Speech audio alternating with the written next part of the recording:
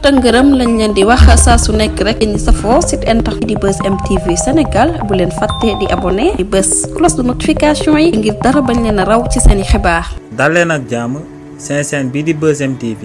ci seen acte du jour kii di Donald Trump ginnaaw bañ ko tabaatee daal di koy def njiitalu Amérique ba tey kookee daa dëkk di jël ay ndogal yu bon si nga xam ne bu ci continuer mën naa daal di provoquer 3e guerre mondiale. lu sabab lu tax ñu wax li ni mel moom mooy que ne kii di Donald Trump ginnaaw bañ ko tabaatee mu daal di nekkaat njiitalu réewu Amérique kookee bokk na ci ndogal yu njëkk a daal di jël daal di ci mbubboo que ne day xeex ak terrorisme ci réewu Amérique te moom mooy que ne dafa daal di jël ay réew daal di leen di cibler daal di wax que ne réew yooyee daal dina leen di dugal ci liste rouge ñuy daal di dugg wala ñuy génn réewu Amérique ne réew yooyee wóolootu leen ndax réew yooyee ay terroriste mën nañ faa daal di bàyyeekoo daal di ñëw ca réewu Amérique ndogal loolee kookee di Donald Trump daal di jël nag képp ku ci amal akub ñàngat mu nga ko daal di inscrire ci logique gu idéologie yu kii di Hitler ndax kii di Hitler lu sababoon mu daal di fi andi 2e guerre mondiale moom mooy que ne kookee dafa waxoon que ne waa Allemagne ñoom ñooy l'élite maanaam ñoom ñooy société ñoom ñooy réew bu gën a baax ci àdduna bi yëpp. te loolee moom moo sababoon kookee di Hitler waxoon que ne Allemand yi dañoo juddu ngir diriger àdduna bi te idéologie Hitler boobee ginnaaw ba mu koy jëmmal loolee moom moo sooke woon 2e guerre mondiale. kii di Donald Trump tamit sëgëm Amérique moom moo daal di nekk première puissance mondiale dafa daal di jàpp que ne bépp nationalité bu dul nationalité américaine moom moo la gën waaye tamit bépp réew bu dul réewu Amérique moom moo la daal di gën. te loolee moom moo sabab mu daal di jël mesure yooyee mu daal di jël jëmale ko ci ay pays yi nga xam ne dale naa daal di inscrire ci liste bu mu dippee liste rouge ndax ne pays yooyee ay menaces lañ pour réewu Amérique. ba tey ci loolee kii di Donald Trump liste rouge bu mu njëkkoon a génnee 11 réew la ci taamoon ci 11 réew yooyee réewu Afrique yi ñoom ñoo ci ëppoon waaye tamit ginnaaw mesure boobee ci weekend bi ñu génn Donald Trump daal dina yokk réew yi nga xam ne moom la daal di bind ci liste rouge am bi ndax daal dina ciy yokk 25 pays mu daal di toll ci 36 pays ci 25 pays yooyee nag réewu Sénégal ci la daal di bokk waaye tamit ci 36 pays yooyee ñu daal di dugal léegi ci liste rouge bi pays yu ci ëpp ay pays africain lañ ndax 25 yëpp ci ay réewu Afrique lañ daal di bokk ci ndogal loolee nag kii di Donald Trump daal di jël daal di wax que ne réewu Sénégal léegi dafa bokk ci réew yi nga xam ne menace la ci réewu Amérique lu ci war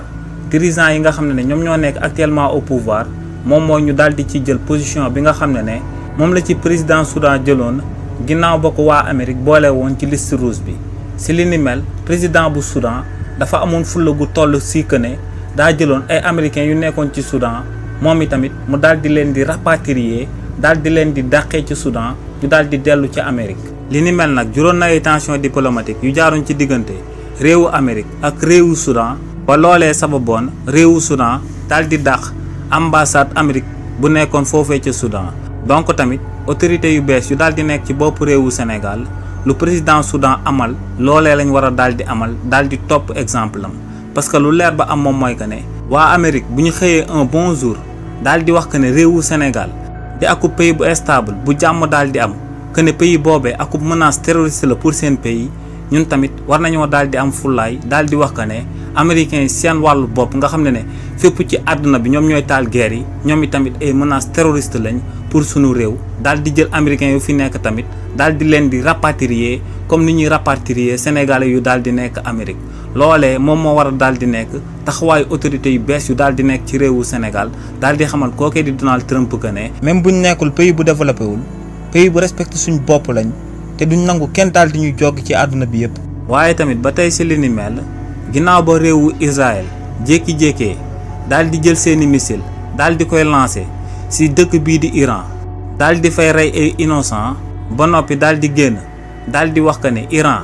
day développer seen armement nucléaire te loolee danger la ci ñoom te li ni mel moom moo sabab ñu daal di lancer ay missile ca biir Iran ci coow loolee ginnaaw ba waa Iran riposté ñoom i tamit. daal di leen di lancer ay missile ba loolee daal di jur akub guerre ci diggante ñaari réew yi kii di Donald Trump yëkkati woon na ay kàddu daal di xamal àdduna bi que ne lu war ñaari réew yooyee te muy Iran ak Israël moom mooy ñu daal di toog autour du table daal di waxtaanee coow loolee daal di koy fay ne dialogue moom mooy yoon bi nga xam ne moom la réewu Iran ak réewu Israël war a jël daal di fay conflit boobee nga xam ne judd na ba noppi. waaye tamit kookee di Donald Trump yemul woon si li ni mel daa xamaloon àdduna bi que ne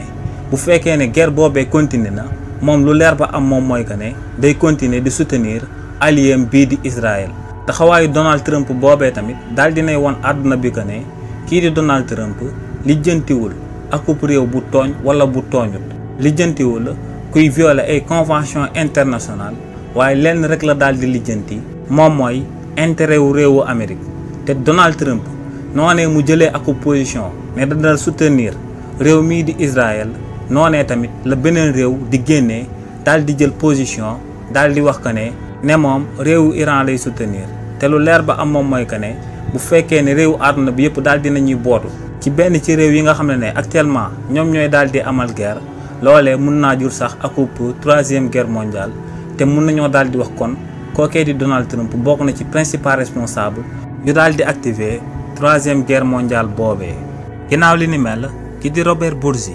di akub homme d'affaires franco-sénégalais yëkkati na kàddu daal di ŋàññi régime bu bees bi ndax ne ñooñee xaalis bi nga xam ne la ñuy lebal réewu Sénégal kenn mënu laa wax que ne xaalis boobee xaalisu drogue la xaalisu terrorisme la wala xaalis boobee fu muy daal di jógee exactement. si li ni mel ki di Robert Bourgi ne ci événement mars 2021 yi sëgëm dafa jëloon ay responsabilités am daal di wax président Macky Sall na daal di teggi tànkam ndax fu mu nam ma jëmale réewu Sénégal baaxul ne li ni mel moom moo sabab en 2025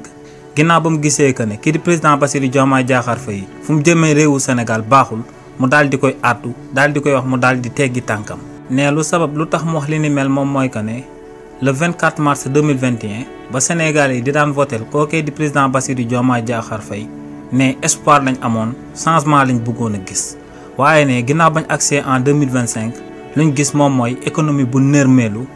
ñi nga xam ne ñoo nekkoon partenaire u sénégalais yi tàmbale di daw waaye tamit réewu Sénégal tàmbale di leb ay bor yi nga xam ne kenn xamut fu muy daal di jógee ne bor yooyee kenn mënu laa wax ndax trafiquant de drogue ñoom ñoo koy lebal réewu Sénégal terroristes yi ñoom ñoo koy lebal réewu Sénégal wala kenn ci àdduna bi ne lu leer ba am moom mooy que ne réewu Sénégal actuellement kenn xamut fu muy lebee xaalisam waaye tamit ne boo demee ci justice réewu Sénégal ne tëddeewut ñaaxaanaay ndax ne dañoo daal di nekk di instrumentaliser justice bi te ne ñëpp ñoo waroon a amal li ni mel sauf kii di président Bassirou Diomaye Diakhar Faye ndax ne kookee ngir mu daal di agsi ci bopp réewu Sénégal plus de 80 jeunes dañoo daal di ñàkk seen bakkan waaye tamit ne ci relation diplomatique bi nga xam ne réewu Sénégal amoon na ko moom ak yeneen réew yu nekk ci àdduna bi ne daal dinay am ay recul yu bëri te ne lu koy firndeel moom mooy kii di Amadou Hott ginnaaw ba ko président Bassirou Diomaye Diakhar Faye ngembee ngir mu daal di nekk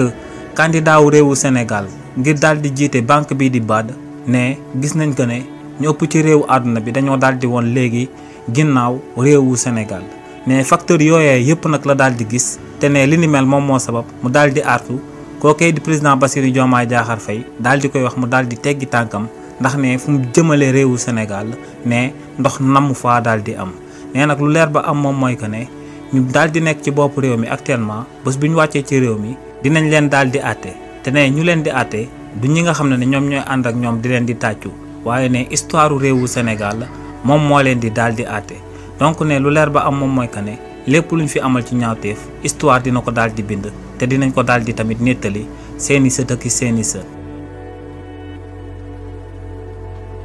lii lañ leen andiloon comme actualité ñoo ngi leen di jox dig daje ci yeneen i mbir incha allah. te ngërëm lañ leen di wax saa su nekk rek ñi safoo site internet di Buzz M TV Sénégal bu leen fàtte di abonné di bës cloche de notification yi ngir dara bañ leen a raw ci seeni xibaar.